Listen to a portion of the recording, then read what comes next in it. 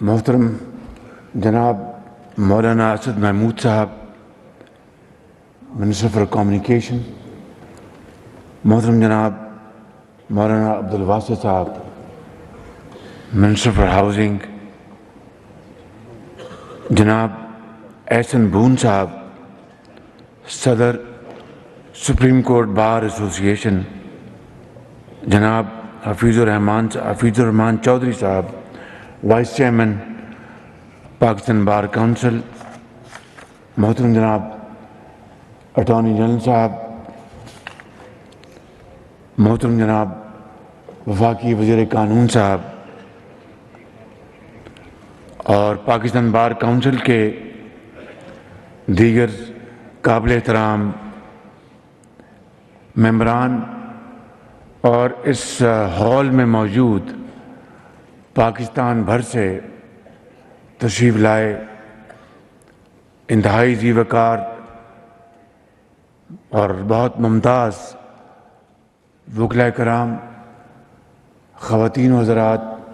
السلام علیکم۔ آج جبکہ یہ ایک بہت پروکار محفل سجائی گئی ہے اور ایک درینہ مطالبہ اور انتہائی موزوں معاملہ جو کہ تاخیر کا سبب بن گیا تھا سالہ سال سے، اور جس کے حوالے سے ابھی پوری تاریخ بیان کی جناب احسن بون صاحب نے، تو اس کو دہرائے بغیر میں یہ کہوں گا کہ موجودہ مخلوط حکومت نے اس کام میں بجا طور پر بھرپور دلچسپی لی اور اس تاخیر جو کہ کئی سال پر محیط ہے اس کو ختم کیا، اور آج ایک مکمل ضابطے کے تحت یہاں پر الاٹمنٹ لیٹر تقسیم کیے گئے اور ابھی بیلٹنگ بھی ہوئی ہے۔ میں آپ سب کو دل کی گہرائیوں سے مبارکباد پیش کرتا ہوں اور آپ کے گھر والوں کو کہ اللہ تعالیٰ اس ہاؤسنگ کالونی میں آپ کو سدا زندگی بسر کرنے اللہ تعالیٰ آپ کو موقع عطا فرمائے، آپ کے گھر والوں کو۔ اور میں شکریہ ادا کرتا ہوں مولانا واسع صاحب کا اور لاء منسٹر صاحب کا، احسن بون صاحب کا، جنہوں نے بڑی بھرپور دلچسپی کا مظاہرہ کیا اور درجہ بدرجہ جو ہمارے سیکرٹریز ہیں انہوں نے اس کے اوپر بڑی عرق ریزی کی، اور آج یہ پہلا مرحلہ مکمل ہو چکا۔ انشاءاللہ جو اس ہاؤسنگ اسکیم میں جو بنیادی جو ڈیولپمنٹ ہونی ہے اس حوالے سے بھی انشاءاللہ جو میرا فرض ہے میں اس کی بھرپور اس کی ادائیگی کروں گا انشاءاللہ اپنی حکومت کے ساتھ۔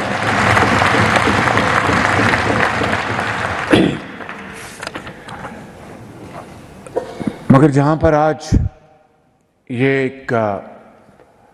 بہت، جس طرح میں نے کہا کہ تاخیر سے یہ معاملہ اپنے پہلے فیز کو اس نے عبور کیا ہے، وہاں پہ پورے ملک کے اندر جو بارشی سیلاب نے ایک تباہی مچائی ہے وہ شاید دیکھتی آنکھ نے پہلے کبھی ایسا دل خراش منظر نہیں دیکھا تھا۔ آپ خود ملک کے طول و عرض سے آپ تشریف لائے ہیں جن کا تعلق صوبہ بلوچستان سے ہے، آپ میں سے جن کا تعلق صوبہ سندھ سے ہے یا کے پی کے برف پوش پہاڑوں سے ہے یا جنوبی پنجاب سے ہے، تو آپ کو اچھی طرح علم ہوگا کہ ایسی کلائمیٹ انڈیوسڈ تباہی شاید ہی اس کرۂ ارض میں کہیں واقع ہوئی ہو، اور میں اسے منسوب کروں گا کہ یہ اللہ تعالیٰ کا نظام ہے اور اس کا امتحان ہے۔ ابھی جب ہم نے حکومت سنبھالی تو جسے کہتے ہیں کہ وہ سر پر اولے پڑے، کیا وہ ہے جی محاورہ؟ ہاں، سر منڈاتے اولے پڑے، تو یہ بالکل اس کے ہم پلہ یہ ایک ڈیولپمنٹ تھی، اور پاکستان خدا نخواستہ تقریباً معاشی ڈیفالٹ کے دہانے جا پہنچا تھا، مگر اس مخلوط حکومت نے اپنی باہمی مساعی اور محنت اور اللہ تعالیٰ کی بے پایہ فضل و کرم سے اس ڈیفالٹ کو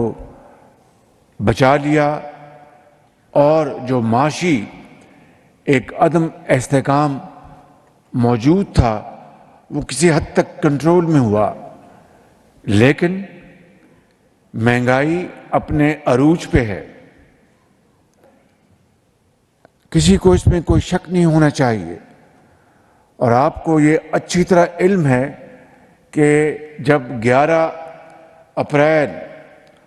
اس سال میں نے اس ذمہ داری کا عہدہ سنبھالا اور حلف لیا، تو اس کے بعد تقریباً 1 مہینہ 1.5 مہینہ ہم شش و پنج کے شکار تھے کہ کیا یہ قیمتیں پاس آن کریں نہ کریں، کیونکہ میں یہاں پر سیاست کی بات نہیں کرنے آیا، مگر جو قومی امور ہیں اس کے اوپر بات میں کرنا چاہوں گا بڑے اختصار کے ساتھ، کہ وہ جو IMF کے ساتھ ایک معاہدہ ہوا تھا اس کی پاسداری نہیں کی گئی تھی، اور اس کو بری طرح اس کی دھجیاں بکھیری گئی تھیں، تو IMF نے ہمیں آڑے ہاتھوں لیا اور ناک سے لکیریں نکلوائیں، اور وہ شرائط جو پچھلی حکومت نے طے کی تھی نہ صرف ان کو بلکہ ان شرائط کو آٹو پہ لگایا کہ اگر آپ نے ان شرائط کے اوپر آپ نے کما حقہ عمل نہ کیا تو آٹومیٹیکلی یہ جو پروگرام جو ہے وہ رک جائے گا۔ میرے یہاں پر عظیم جو یہاں پر انصاف پسند اور قانون دان یہاں پر بیٹھے ہیں، اور بڑی آپ کی الحمدللہ اپنی زندگی میں بڑی کامیابیاں ہیں، میں آپ سے یہ سوال اور چپتا سوال کرنا چاہتا ہوں، پہلے اپنے آپ سے اور پھر آپ سے اور پھر یہاں پہ سیاستدان اور بڑے بڑے ذی شعور لوگ بیٹھے ہیں، کہ کیا اس لیے پاکستان مارز وجود میں آیا تھا؟ کیا اس لیے جس قائد کی آپ پیروکار ہیں، آپ نے ان کی تقلید کی، وہ خود قانون دان تھے اور بڑے ماہر قانون دان تھے، انہوں نے جس ویژن کے ساتھ، جس بصیرت کے ساتھ حضرت علامہ اقبال کے ساتھ پاکستان کا خواب دیکھا تھا اور اس کے لیے عظیم تحریک چلائی تھی، اور لاکھوں لوگوں نے اپنی جانوں کا نذرانہ پیش کیا، لاکھوں لوگوں نے خون کے دریا عبور کیے، تب پاکستان مارز وجود میں آیا۔ آپ میں سے کئی یہاں پر عظیم ہستیاں بیٹھی ہیں جن کے عظیم بزرگ، ان کا پاکستان میں بڑی ان کی ویلیوبل کنٹریبیوشن ہے۔ آج 75 سال بعد پاکستان کس مقام پہ کھڑا ہے، یہ ہے وہ چھپتا سوال۔ اور آج کے اس موقع کی مناسبت سے، جبکہ الحمدللہ آپ کا ایک جائز حق آپ کو مل رہا ہے، اور جس طرح مولانا واسع نے فرمایا کہ یہ کوئی آپ کے اوپر احسان نہیں، یہ آپ کا حق تھا جو آپ کو تاخیر کے ساتھ آپ کو مل رہا ہے، وہاں پر جبکہ معاشی صورتحال اتنی گمبھیر ہو، وہاں پہ پورے ملک میں سیلاب نے تباہی مچائی ہو، سیلاب اگر نہ بھی آتا تو پاکستان کی معاشی صورتحال بذات خود بہت چیلنجنگ تھی، اب سیلاب نے اس کو مزید گمبھیر کر دیا ہے صورتحال کو۔ میں آج ہی بلوچستان سے ایک دورے سے میں لوٹا ہوں، آپ یقین کریں کہ ابھی بھی اس سارے ایریا میں 10 دن پہلے بھی وہاں تھا، 15 دن پہلے بھی اس علاقے میں تھا، ایک ہفتہ پہلے بھی اس علاقے میں تھا، آج پھر میں گیا ہوں تو پانی ابھی بھی وہاں پر خاموش تباہی مچا رہا ہے، کھڑا ہے۔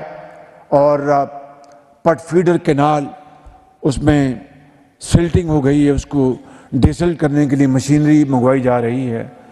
یعنی ہیومنگس چیلنجز سے وہ لوگ آج نمرد آزما ہیں۔ پینے کا پانی ایک چیلنج بن گیا ہے، اور ابھی میں وہاں پر گزارش کر کے آیا ہوں کہ آج شام سکر کے راستے 2 ٹرک پہنچیں گے، اور اگلے 48 گھنٹے میں 10 ٹن پانی وہاں پر انشاءاللہ پہنچ جائے گا۔ لیکن وہ لوگ، لاکھوں لوگ، وہ آج کھلے آسمان پر زندگی بسر کرنے پر مجبور ہیں۔ ان کے بچے اس دنیا سے چلے گئے، ان کے بزرگ اس دنیا سے چلے گئے، ان کے ماں باپ اس دنیا سے چلے گئے، گھر کا ایک کماؤ فرد وہ اس دنیا سے چلے گئے، اور وہ لوگ اب خود دنیا کے اندھے تھپیڑوں کے حوالے ہیں۔ میں آپ سے ملتمس ہوں، میں آپ کا بے پناہ آپ کا احترام کرتا ہوں کیونکہ آپ قانون کا احترام کرتے ہیں، میں آپ کا بے پناہ، میں آپ کی عزت کرتا ہوں کیونکہ آپ انصاف اور قانون کی بات کرتے ہیں، آپ انتہائی محترم ہیں اس لیے کہ آپ ملک کے اندر قانون کی حکمرانی چاہتے ہیں۔ ضرور ملک میں ایک ایسا وقت آیا کہ نظریہ ضرورت بھی یہاں پر دریافت کیا گیا، مگر پھر اس کے مقابلے میں عدلیہ کی بحالی کی عظیم تحریک چلائی آپ نے، اور پاکستان کی تاریخ میں نہیں بلکہ دنیا کی تاریخ میں آپ نے ایک سنہرا باب آپ نے ایڈ کیا اپنی قابلیت سے، اپنی قربانیوں سے، اپنی عظیم تحریک سے۔ تو آپ نے آج جو مقام پایا ہے وہ کوئی کسی نے آپ کو پلیٹ میں رکھ کے نہیں دیا۔ You have earned yourself through struggle and huge struggle and sacrifices۔ لیکن میں یہ کہہ ہی رہا ہوں کہ ان تمام ترجیحات اور اچیومنٹس کے بعد آج 75 سال گزر گئے ہیں، ہم آج بھی 75 سال گزر گئے ہیں، ایک دائرے میں چل رہے ہیں۔ We are moving in a circle all the time۔ ہم ایٹمی طاقت ضرور بن گئے اللہ تعالیٰ کے فضل و کرم سے، اگر ایٹمی طاقت آج نہ ہوتے تو ہمارے آج معاملات اور بھی زیادہ کمپلیکیٹڈ ہوتے، لیکن کم از کم ایٹمی طاقت نے پاکستان کی سرحدوں کو ہمیشہ کے لیے محفوظ کر دی، اور دشمن کے دانت ہمیشہ کھٹے رہیں گے، وہ میلی آنکھ سے پاکستان کی طرف کبھی نہیں دیکھ سکتا۔ مگر باقی میدانوں میں کیا ہوا؟ یعنی وہ جو چونٹی برابر ممالک تھے وہ ہم سے کہیں آگے نکل گئے، جن کو ہم کبھی کسی زمانے میں ہم پایا حقارت سے دیکھتے تھے یا یہ سمجھتے تھے کہ یہ کیا ہیں، آج وہ کہیں ہم سے آگے چلے گئے معاشی دور میں، سماجی دور میں، اور ہم آج 75 سال بعد آج کشکول لے کے پھر رہے ہیں۔ میں آپ کو ایمانداری سے کہتا ہوں